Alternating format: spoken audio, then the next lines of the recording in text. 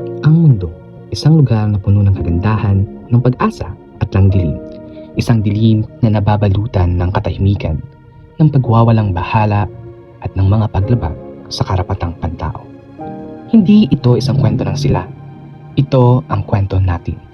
Ang kwento ng mga tinig na pinipigilan, ng mga karapatang inaagrabyado, ng mga buhay na nasasayang. Ang karapatang mabuhay, ang kalayaan, ang seguridad, mga karapatang likas sa bawat isa sa atin ay madalas na tinatapakan, kinukuha, inaagaw. Sa ating mga pamayanan, ang paglabag sa karapatang pantao ay nagpapakita sa anyo ng pang-aapi at diskriminasyon. Ang pagtanggi sa mga tao ng trabaho o serbisyo dahil lamang sa kanilang lahi, relihiyon, kasarian o kapansanan. Ang karahasan sa tahanan, ang pagpapabaya sa mga bata, ang kawalan ng akses sa pangunahing pangangailangan, lahat ito ay mga paglabag na nagdulot ng matinding paghihirap sa mga biktima. Ang katahimikan ng mga nakakakita ay nagpapalala sa mga ito.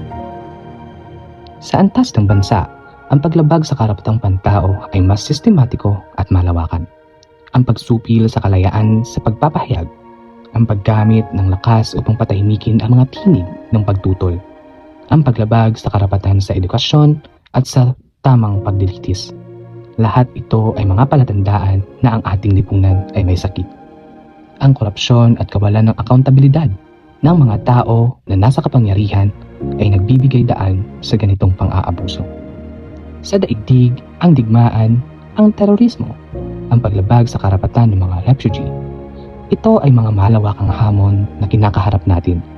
Ang pagsasamantala sa mga kababaihan at mga bata, ang pagkawalang bahala sa mga nasa hilayan sa lipunan.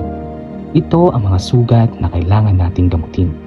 Ang kawalan ng internasyonal na kooperasyon at ang pagiging makasarili ng mga bansa ay nagpapalala pa sa sitwasyon.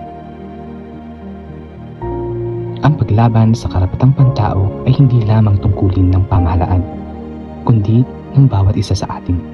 Ang pagiging alerto, ang pagsasalita laban sa kawalan ng katarungan, ang pagsuporta sa mga biktima. Ito ang mga hakbang tungo sa isang makatarungan at mapayapang mundo.